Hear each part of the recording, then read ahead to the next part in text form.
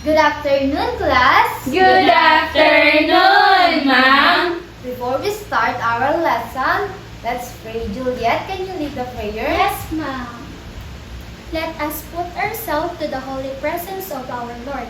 In the name of the Father, the Son, and the Holy Spirit. Amen. Angel of God, my guardian dear, to whom God's love whom is me dear. Ever this day be at my side, to light and guard, to rule and guide. Amen. In the name of the Father, the Son, the Holy Spirit. Amen. Okay, you can sit, everyone.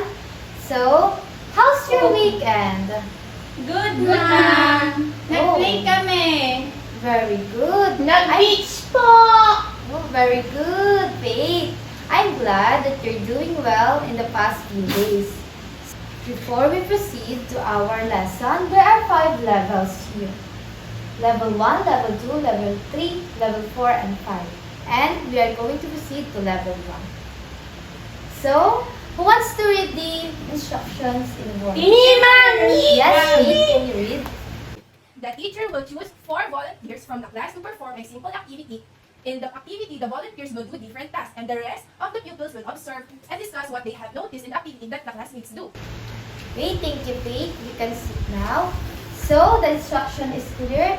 And number 1, who wants to volunteer? Yeah, Faith. Run without carry. So, you will do that later, okay? Number Okay. 2? Yes, Kuriel. Run without heavy carry. Very good. Then next, number 3. Ma'am, Okay, Juliet. run without carrying in a different direction. Okay, very good. Then the last one. Ma'am, Okay, Ruby. run with heavy carry in different direction. Okay, thank you everyone. Those who read are the volunteers also.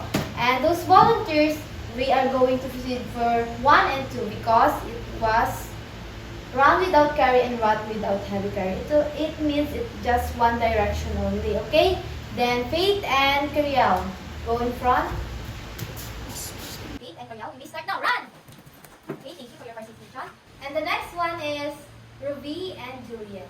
Okay? 1, 2, 3, run! Oh, very good. Thank you, everyone. Now you may sit. Did you enjoy the game? Yes, teacher. Thank you. And because of that, what have you noticed on the activity that we did? Ma'am! Yes, Faith. I ran faster than Cariel because she has a heavy carry. Oh, thank you for your answer. Next. Ma'am, Yes, Juliet. Ma'am, I ran faster than Ruby because Ruby had a carry and I had no carry. Oh, thank you for your observation. And because of that, give yourself 5 claps. 1, 2, 3, 4, 5. And now you passed level 1. And we will proceed to level 2. Okay, class, are you ready for our new exciting lesson for today? Yes. But before that, I prepared here an activity called Cars and the Rams. I will group you into 3 groups. This one is the group 1, the group 2, and the group 3.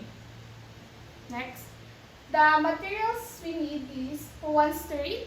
Ma'am, Yes, Juliet. Materials needed. Number 1, toy cars, identical ones to fair comparison. Number 2, unit blocks or box. Number 3, runway, cardboard, or anything with level, actual, and downhill surfaces. And number 4, stopwatch or timer. Okay, this is the materials we need to do the activity. But Teacher Cariel prepared all the activities or the materials needed to our activity. This one is for group 1, for group 2, and for group 3. Okay, the procedure are, who wants to read? ma'am. Yes, Ruby. Number 1, set up. Place the ramps on a level surface. Make sure they are stable and won't move during the experiment. Use books or blocks to support the ramps if needed. Number 2, measurements. Measure the height of each ramp from the ground. Also, measure the length of each ramp, the horizontal distance from the starting point to the end of the ramp. Number 3, experiment. Place the car at the top of the first ramp and let it roll down. Start the stopwatch as soon as the car starts moving and stop it when the car reaches the bottom of the ramp. Record the time taken for the car to travel down the ramp. Repeat this process for each ramp and answer the worksheet provided by the teachers. Thank you. While doing the activity, you need to answer the worksheet provided. And after the activities, you will answer different questions. Do you have any questions regarding to our activity? None. If that's so, I will will give you 10 minutes to do the activities. Now you may start.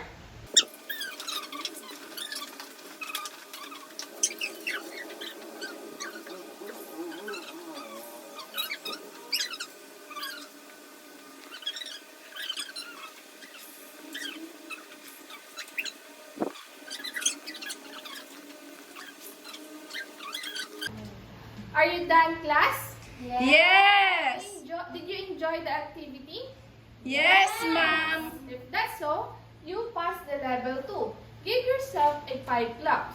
1, 2, 3, 4, 5. Looks like you really enjoyed the activity. Am I right, class? Yes! Now, class, I have here different questions regarding on the activity that we did earlier. Now, let's answer this question based on what you observed in the activity. Is that clear, class? Yes!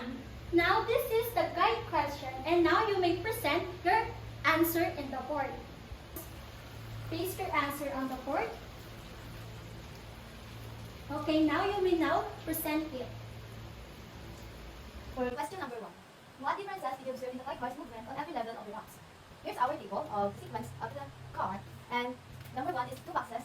There is a time interval which is 3.96, and in trial 2 is 2.8, and in trial 3 is 2.5. If so, how? The toy car will accelerate as it rolls down the rock due to the force of gravity pulling it downward. Okay, very good. Now you may now see it. Very good, class. I noticed that you observed the activity well. Now, let's check your answer. For number 1, very good. All your answers are correct. And have you noticed that the movement of the car depends on every level of the ramp? Yes! Very good. For number 2, your answer is correct. The height and inclination of the ramp affects the movement of the car.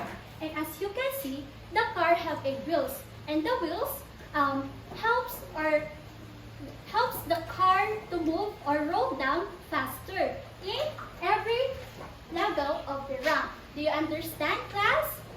Yes, teacher! Now for your number 3. Okay, very good. Your answer on number 3 is correct.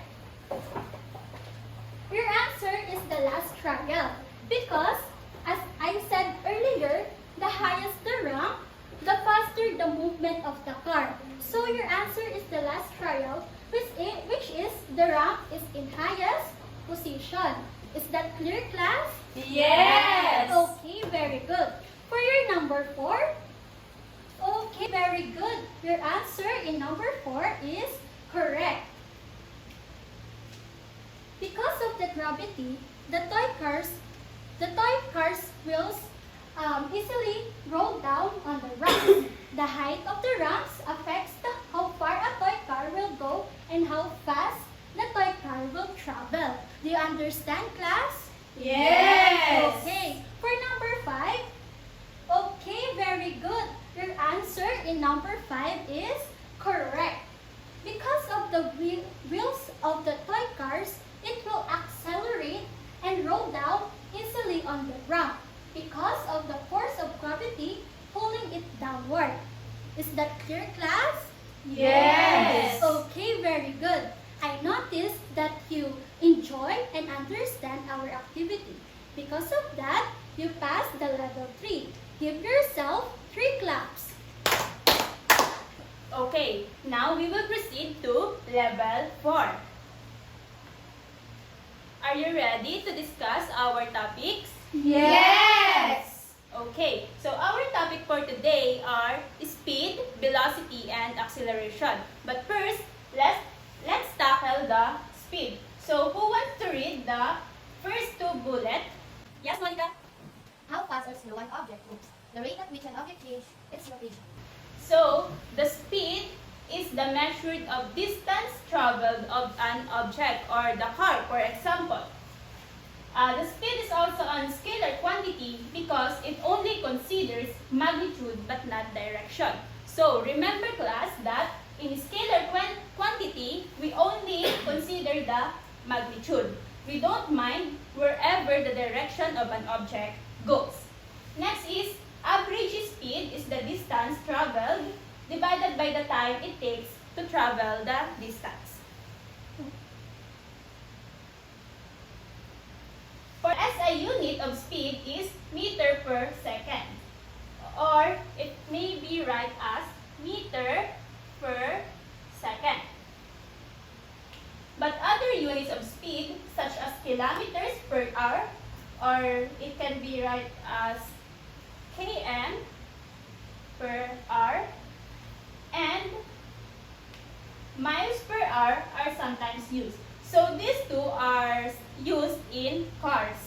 Next, as an equation, speed is shown as V equals D over T, where V is the speed, D is the distance traveled, and T is the time of travel.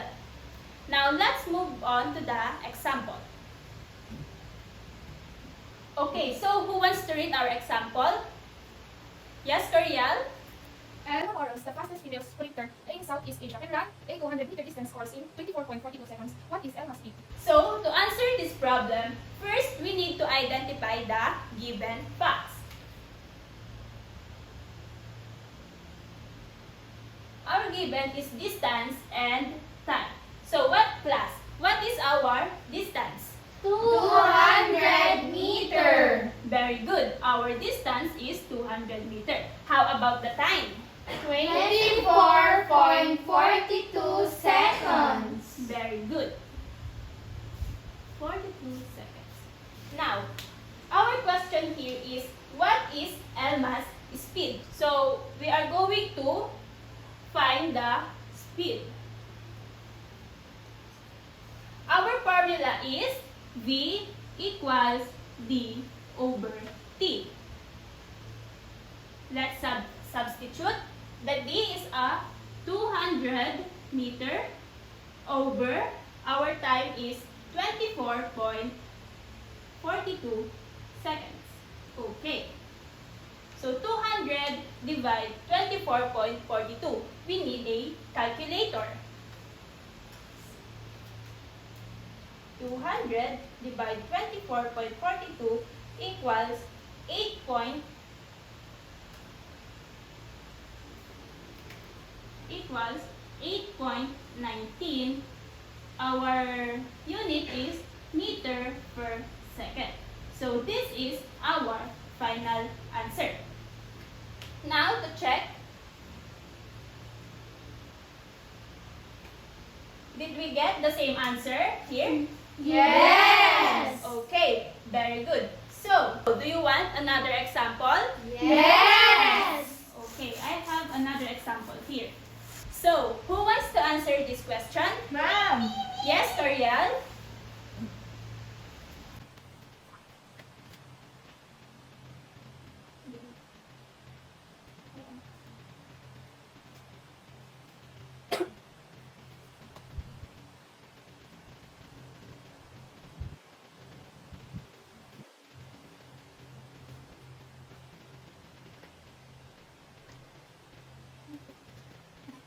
Okay, thank you, Cariel.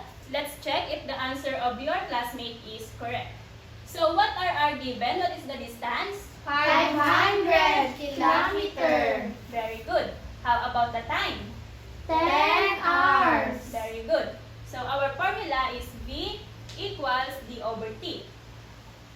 500 kilometer divided 10 is 50 kilometer per hour. Very good. Give your classmates 3 claps. 1, 2, 3.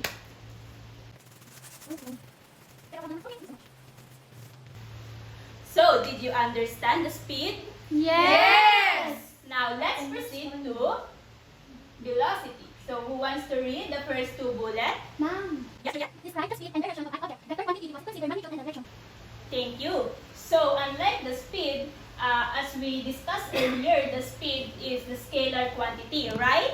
Yes. But here in velocity, it is vector quantity because it considers the magnitude and direction. The SI units are meters per second, kilometers per hour, or miles per hour. So as you can see, it's just like the same as the speed. But the difference is because it is a vector quantity, the direction of the motion is included.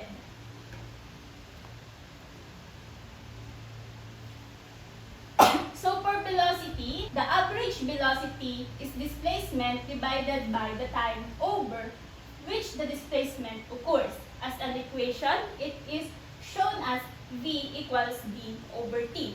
It also the same as the speed, but there's a differences. V equals d over t. So the v here stands for velocity, and the t is for displacement, and the t is always the time interval. Next up. Now let's proceed to the example. So who wants to read? Yes, Juliet? Angelo drove to the city to pick up a friend who went 3,000 kilometers in about 10 hours. Calculate his velocity. Thank you, Juliet. So as you can see, there's a direction. So are you familiar with the directions? Yes. Okay, I will also write this here. We have the Cartesian plane. And the direction is, here is the north, the south, the east, and the west. So, Angelo drove to the city to pick up a friend. He went 3,000 kilometers east. So, for example, that Angelo is in here, he will go 3,000 kilometers going to the east. So, to calculate his velocity, we will use this formula. First, let's find the given. What is our displacement? 3,000 kilometer east. Very good. We will include the east because the direction is considered. Next, what is the time? 10 hours. Very good. Now, let's substitute it. V equals d over t. V equals 3,000 kilometer east over 10 hours. V equals 3,000 divided 10. 300. Very good. 300. Then we will copy the unit. Kilometer per hour is. Wow. This is our final answer. Let's check if it's correct.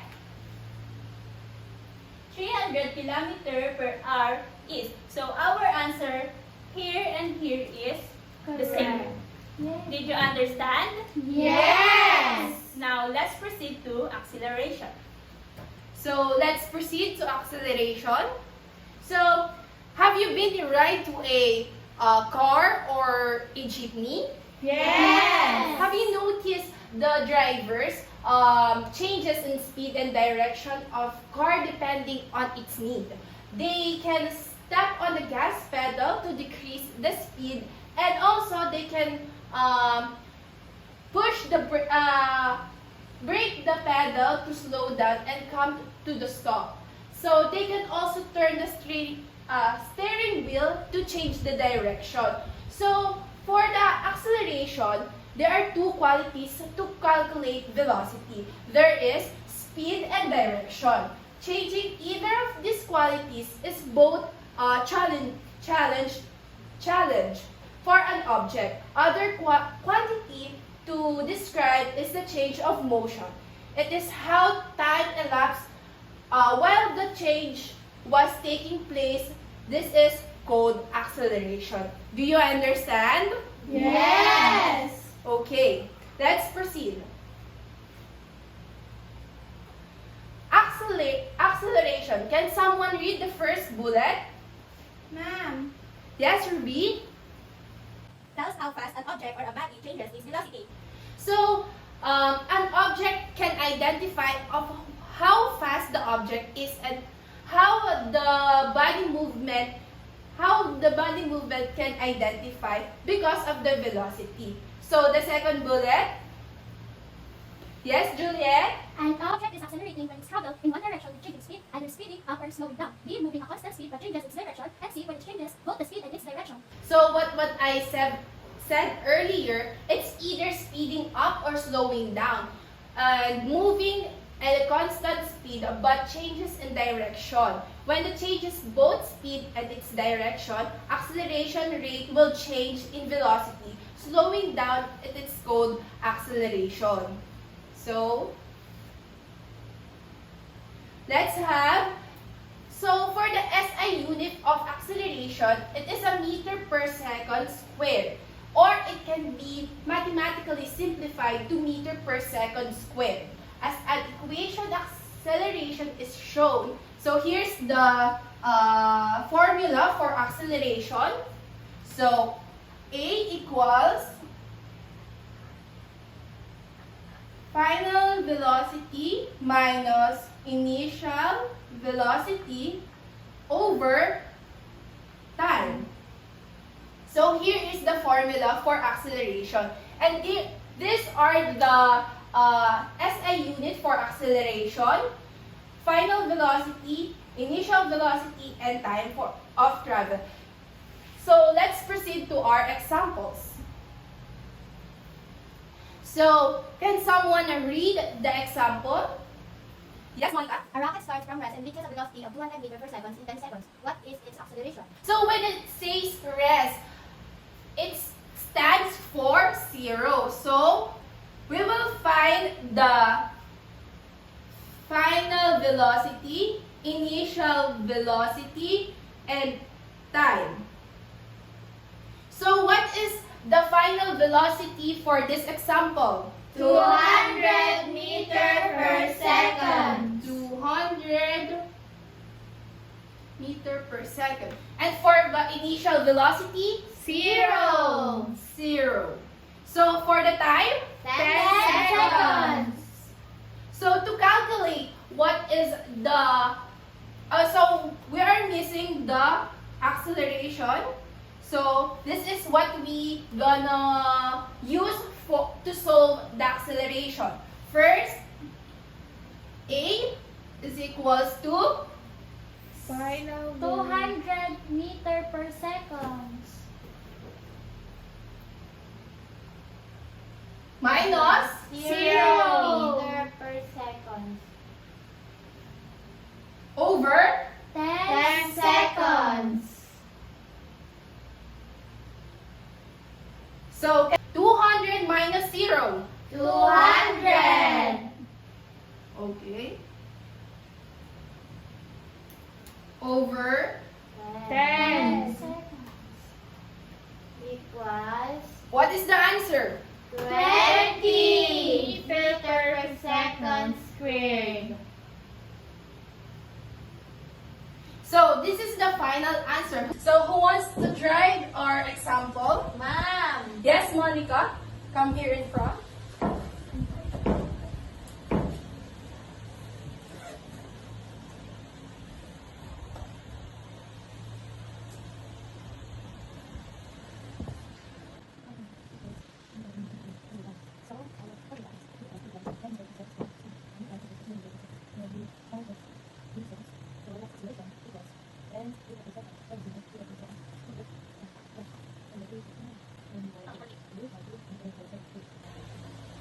So class, let's check if Monica's answers are correct. So he finds the final velocity is 10 meter per second. Is that correct? Yes. Okay. Final velocity, initial velocity? 0. Okay, correct. And for the time? 3 seconds. Correct. So 10 over 3 is equals to 3.3 meter per second squared. Okay, correct. Now that you fully understand what we have discussed today, congratulations because you passed the level 4. Give yourselves a round of applause. To sum up what we have discussed today, can someone briefly briefly elaborate me what you have learned today? Ma'am, Yes, Ruby. today we discussed the speed and velocity. Speed is scalar quantity while velocity is vector quantity. Who else wants to answer? Ma'am, Yes, Cariel. we also discussed acceleration. Acceleration is the rate of change of velocity. Usually, acceleration means the speed changing, but not always. Okay, very good. Do you have any question regarding to our topic? Ma'am! If that's so, that's the end of our discussion. Goodbye, class. Goodbye and thank you, ma'am.